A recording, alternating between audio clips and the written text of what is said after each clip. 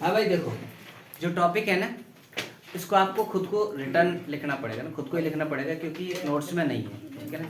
तो लिखना भी शुरू करेंगे तो धीरे धीरे चलेगा ना। हौले हड़वे हड़वे चालेगी यो प्यार की गाड़ी रे, महीना भीतर बन जाएगी थारी। सर 7 बज के 7:30 देखो, अब सबसे पहले हम एन प्रकार की बात कर लेते हैं ना। एन प्रकार का अर्धचालक। अब देखो अर्धचालक एन प्रकार का होता है तो बेटा सबसे पहले मुझे बताओ, ऊपर से बात करेंगे, ज्यादा डीपली नहीं पढ़ेंगे, बाद में अपने आप डीपली आ जाएगा, ऐसे मैं बोल रहा हूँ। तो एन प्रकार के में बेटा जो अधिकता होती है जिसकी, ठीक है ना, अधिकता या मेजॉरिटी वो किसकी होती है बताओ? इलेक्ट्रॉन की। क्लियर है ना? ठीक है ना, इसलिए तो एन प्रकार का है। बोलो। Yes, sir. अच्छा, अगर मैं इसकी बेटा तुम्हारे लिए एक स्ट्रक्चर बना दूं, जैसे सपोज दैट बहुलता भी बोलते हैं इसको, बहुलता क्या बोलते हैं? बहुलता, ठीक है ना। और अल्पता मतलब अल्पता, इसको बहुलता बोलेंगे तो इसको अल्पता बोलेंगे, इसको अधिकता बोलेंगे तो इसको न्यूनता बोलेंगे ना। न्यूनता वो किसकी होती है बेटा? हॉल्स की, है ना। क्लियर है ना? अच्छा, लेकिन अभी भी न्यूट्रल है, अभी भी समझा तो खूब सुकून से। अब देखो इसमें पास ये क्या है, कोई अर्धचालक है एन प्रकार का, और इसको मैंने जोड़ दिया बैटरिया से। किसे जोड़ दिया? बैटरिया से जोड़ दिया। और ये बैटरिया का होगा नेगेटिव टर्मिनल, ठीक है ना, और ये हो गया पॉजिटिव टर्मिनल। क्लियर है? और यहाँ पर पॉजिटिव जैसी प्लेट बन जाएगी और यहाँ पर नेगेटिव जैसी प्लेट बन जाएगी। नहीं, नेगेटिव से जुड़ा हुआ है तो नेगेटिव बनेगी, और पॉजिटिव से जुड़ा है पॉजिटिव बनेगी। नेगेटिव के लिए छोटी डंडा इस्तेमाल करते हैं और पॉजिटिव के लिए बड़ा, ठीक है ना, वोल्टेज कोई भी। क्लियर है ना? बोलो ना सबके, ये तो नॉर्मल चीज है। अब इसमें बनाते हैं हम होल्स और इलेक्ट्रॉन। तो क्या ज्यादा बना है? इलेक्ट्रॉन ज्यादा बना है। तो इलेक्ट्रॉन्स को मैं डार्क से बना रहा हूँ, चल ई बना लेते हैं, नहीं डार्क से बना लेते हैं। ये कौन है? इलेक्ट्रॉन्स। ये है इलेक्ट्रॉन्स, ठीक है ना, इलेक्ट्रॉन्स, और ये रहेंगे होल्स, ठीक है ना। ऐसे खाली ऐसे बना दूंगा मैं। अब आप लोगों को ये भी अच्छी तरह पता है कि इसमें इम्प्योरिटी के इलेक्ट्रॉन्स ज्यादा हैं। कोवेलेंट बॉन्ड टूटने के बाद जो इलेक्ट्रॉन्स है वो भी है, लेकिन वो उनकी वैल्यू कम है। क्लियर है ना? Yes sir. अच्छा, अब थोड़ा सा ना इस चीज को ध्यान से समझने की कोशिश कर लेना। अब मैं हॉल्स भी बना रहा हूँ कुछ एक, इसको समझोगे ना तो पीएन जंक्शन इजीली समझ में आएगा। थोड़ा ध्यान से समझ इसको। तो क्या होगा, जैसे पोटेंशियल लगाऊंगा मैं, अच्छा मैंने पहले पोटेंशियल नहीं लगाया, हटाओ, सीधा सीधा बोलो पहले, अभी ऑफ है ये, तो क्या होगा, रूम टेम्परेचर पर, किसमें बेटा? रूम टेम्परेचर पर इलेक्ट्रॉन्स मूव कर रहे पूरे लैटिस में, है ना, लेकिन कैसी गति कर रहे हैं? यादृच्छिक गति, रैंडमली मोशन कर रहे हैं, है ना, कोई डायरेक्शन फिक्स ही नहीं है, किधर इधर किधर भी जा रहे हैं रूम टेम्परेचर पर, क्योंकि उनको थर्मल एनर्जी मिली है। थर्मल एनर्जी की वजह से इधर उधर कहीं भी मोशन कर सकते हैं। तो इन इलेक्ट्रॉन्स के मोशन की वजह से जितने भी इलेक्ट्रॉन्स हैं सारा मोशन कर रहे हैं, कोई इधर कोई इधर कोई इधर, तो इनकी वजह से करंट नहीं बना। इसमें ड्रिफ्ट वेलोसिटी में पढ़ाया था, याद हो तो? क्लियर है ना? तो यहाँ पर इलेक्ट्रॉन मोशन जरूर कर रहे हैं लेकिन कोई फिक्स डायरेक्शन में नहीं कर रहे कि कोई एक डायरेक्शन में कर रहे हो।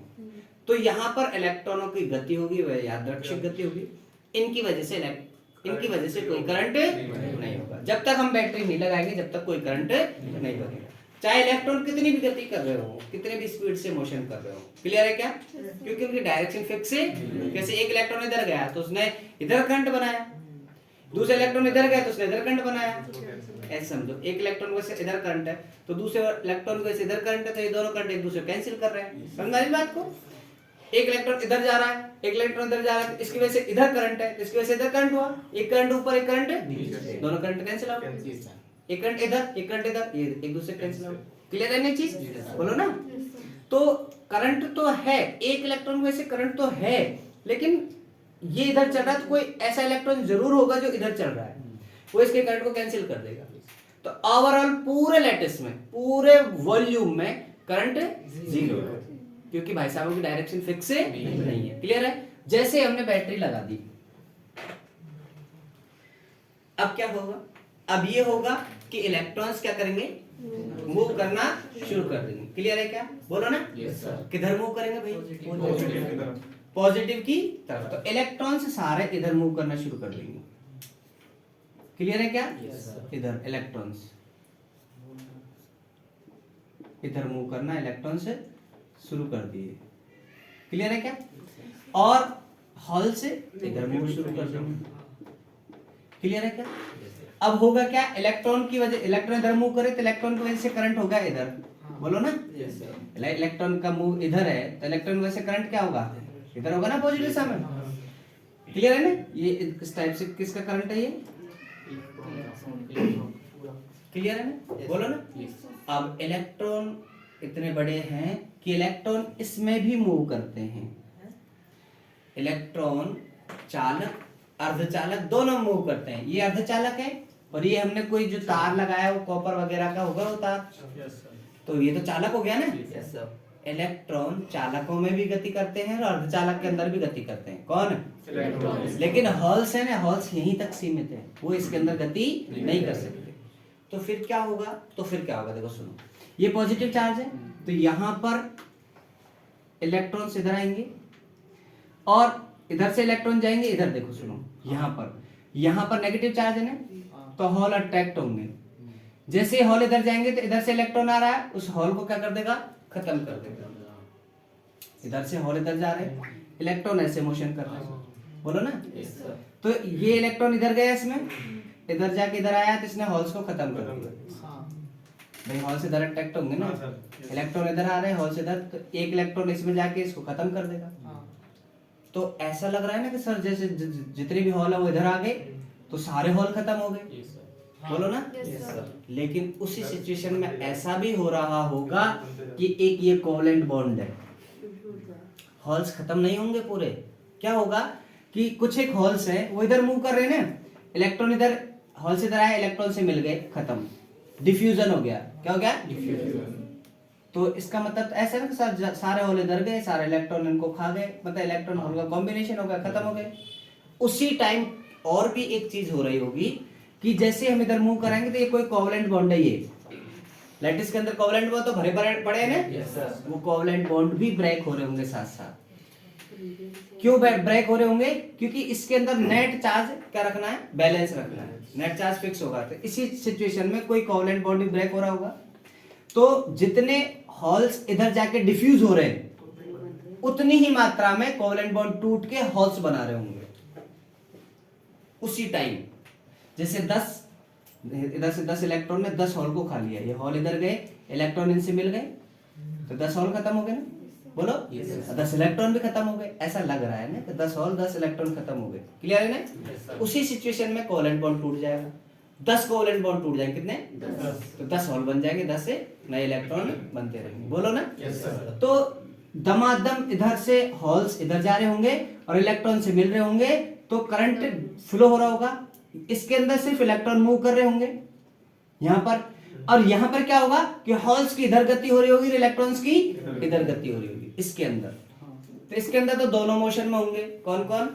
इलेक्ट्रॉन्स और हॉल्स। और इसके अंदर अब करंट वही है, यहाँ पे जो करंट है वही करंट इसमें। अगर इस पूरे में 10 एम्पियर का करंट है तो इसमें भी वो 10 एम्पियर का करंट तो फ्लो हो रहा होगा। Yes sir. समझ में बात? Yes. अब यहाँ पर तो कैसे हो रहे हैं कि इलेक्ट्रॉन मूव कर रहे हैं दमादम, और यहाँ पर क्या हो रहे हैं कि इलेक्ट्रॉन इधर जा रहे हैं, हॉल्स इधर जा रहे हैं। समझ में बात? हॉल्स इधर जा रहे हैं, इलेक्ट्रॉन से इधर जा रहे हैं, इलेक्ट्रॉन से इसमें मूव कर रहे हैं, हॉल दमादम इसको हॉल को खाते जा रहे हैं, ये हॉल से रिकॉम्बिनेशन होता जा रहा है। जैसे एक हॉल का रिकॉम्बिनेशन हो तुरंत एक हॉल्स यहाँ पर बन गया, हॉल इधर भागा, इलेक्ट्रॉन इधर भागा, उस हॉल को खा गया इलेक्ट्रॉन, तो एक हॉल कम हुआ तो तुरंत एक कोवेलेंट बॉन्ड और टूट जाएगा। तो हॉल उसका इधर भागेगा, इलेक्ट्रॉन इधर भागेगा, इलेक्ट्रॉन पॉजिटिव तरफ भागेगा उसका और हॉल से उधर भागेगा। फिर उधर जाके रिकॉम्बिनेशन हो गया, हॉल खत्म हो गया तो तुरंत एक कोवेलेंट बॉन्ड टूट जाएगा उसी टाइम। तो इलेक्ट्रॉन इधर भागेगा, हॉल इधर भागे, रिकॉम्बिनेशन हो जाएगा। क्लियर है क्या? इस टाइप से ये कहानी इसके अंदर होती रहेगी। किसके अंदर? एन प्रकार के अर्धचालक। ठीक है ना, बोलो। ये हुई कहानी एन प्रकार के अर्धचालकों की। अब बात करते हैं, अभी थोड़ी सी मैथमेटिकल कैलकुलेशन भी करेंगे। अब इसी टाइप से पी टाइप का देख लो। चलो ऐसे इतना एक डायग्राम से बना के उतार लो, फिर मैं कुछ लिखा दूंगा, इसको बंद कर लो। हाँ भाई, एक बार और देख लो इसी को, फटाफट देखो इसी को। हाँ, एक बार और समझ लो फटाफट। क्या है, हमें क्या है, एन टाइप में क्या देखना है कि चालकता क्या होगी। तो चालकता का फॉर्मूला होता है ओम के नियम से। चालकता का फॉर्मूला होता है सिग्मा बराबर जे अपॉन ई। जे क्या है, धारा घनत्व, और ई क्या है, अप्लाइड विद्युत क्षेत्र। ठीक है ना, और हमने अप्लाइड विद्युत क्षेत्र बैटरी लगा के किया था, तो विद्युत क्षेत्र तो पता है हमें, लेकिन जे का नहीं पता। तो जे कैसे निकालेंगे? जे निकालेंगे हम लोग, धारा घनत्व का फॉर्मूला होता है बेटा, जे बराबर होता है आई अपॉन ए। आई अपॉन ए, और ये आई अपॉन ए को हम कैसे निकाल सकते हैं? वीणा वाले फॉर्मूले से। भाई यहाँ पे आई है ना, तो आई कैसे निकाल सकते हैं? वीडी के फॉर्मूले से। तो वीडी आई बराबर होता है वीडी ई एन ए। ठीक है ना, उस चैप्टर से पढ़ रखा हमने। तो यहाँ पर आई की वैल्यू रखूंगा तो ए से ए कट जाएगा, क्या बचेगा? आई अपॉन ए की वैल्यू आ जाएगी वीडी ई। यही समझ में? अगर मैं यहाँ पे आई पे यहाँ पे ये रख दूं V D E N A बटे ए से मर गया ना, तो जे का क्या फॉर्मूला निकल के आया? V D E N. V D E N clear है? इलेक्ट्रॉन के लिए निकाल रहे हम लोग, तो वी डी की वैल्यू रखना है। वी डी क्या है? इलेक्ट्रॉन का अपवाहवेग। कैसे निकलेगा इलेक्ट्रॉन का अपवाहवेग? अपवाहवेग का फॉर्मूला क्या होता है? देखो, अपवाहवेग होता है, अपवाहवेग इलेक्ट्रॉन का अपवाहवेग मतलब इलेक्ट्रॉन का अपवाहवेग डिपेंड करता है अप्लाइड इलेक्ट्रिक फील्ड पर। अप्लाइड इलेक्ट्रिक फील्ड ज्यादा तो इलेक्ट्रॉन का बहने की दर भी ज्यादा। क्लियर है ना? तो प्रोपोर्शनल टू साइन है, ये हटाएंगे तो एक कांस्टेंट आएगा, वो कांस्टेंट हमें लगाना है गतिशीलता। क्या निकालना है? तो इलेक्ट्रॉन अगर हल्के हैं, हल्के मतलब मास उनका कम है, तो गतिशीलता भी ज्यादा, इसलिए कांस्टेंट गतिशीलता का यूज करना पड़ रहा है। क्लियर है? तो Vd बराबर हो जाएगा म्यू ई ई। म्यू ई क्या है? इलेक्ट्रॉन की गतिशीलता, और ये क्या है? विद्युत क्षेत्र। माइनस का चिन्ह क्यों आया? क्योंकि इलेक्ट्रिक फील्ड इधर है, वेलोसिटी इधर है, अपोजिट डायरेक्शन में, इसलिए माइनस का साइन लगा दिया हम लोगों ने। आप लोग माइनस का साइन लगा रहे तो क्या लगा सकते हो? एरो, है ना, vector quantity.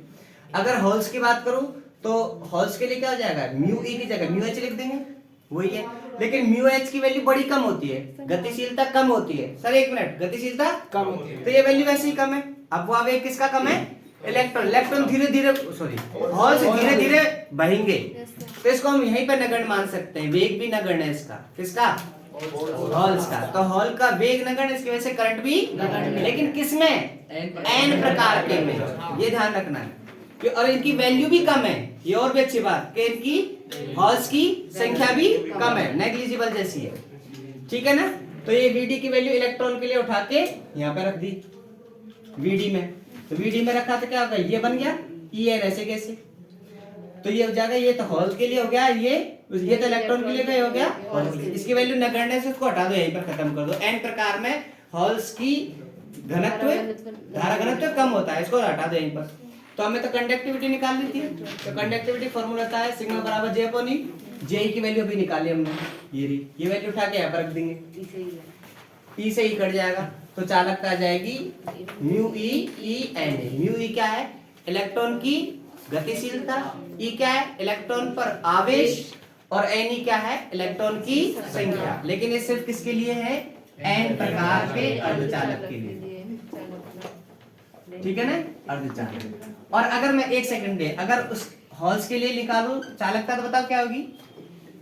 Mu H sigma H बराबर mu H E N H. अब देखो एन एच भी कम, म्यू एच भी कम, तो ये कम बहुत कम है, इसलिए हमने इसको नेग्लिजिबल माना। किसके लिए? एन प्रकार के लिए। ठीक है ना? अब आपका कल का काम क्या रहेगा? पी प्रकार का ऐसे कैसे बना के लाना है। ठीक है ना? यही चीज सारी ऐसे कैसे बस इसमें होल्स के निकालने हैं।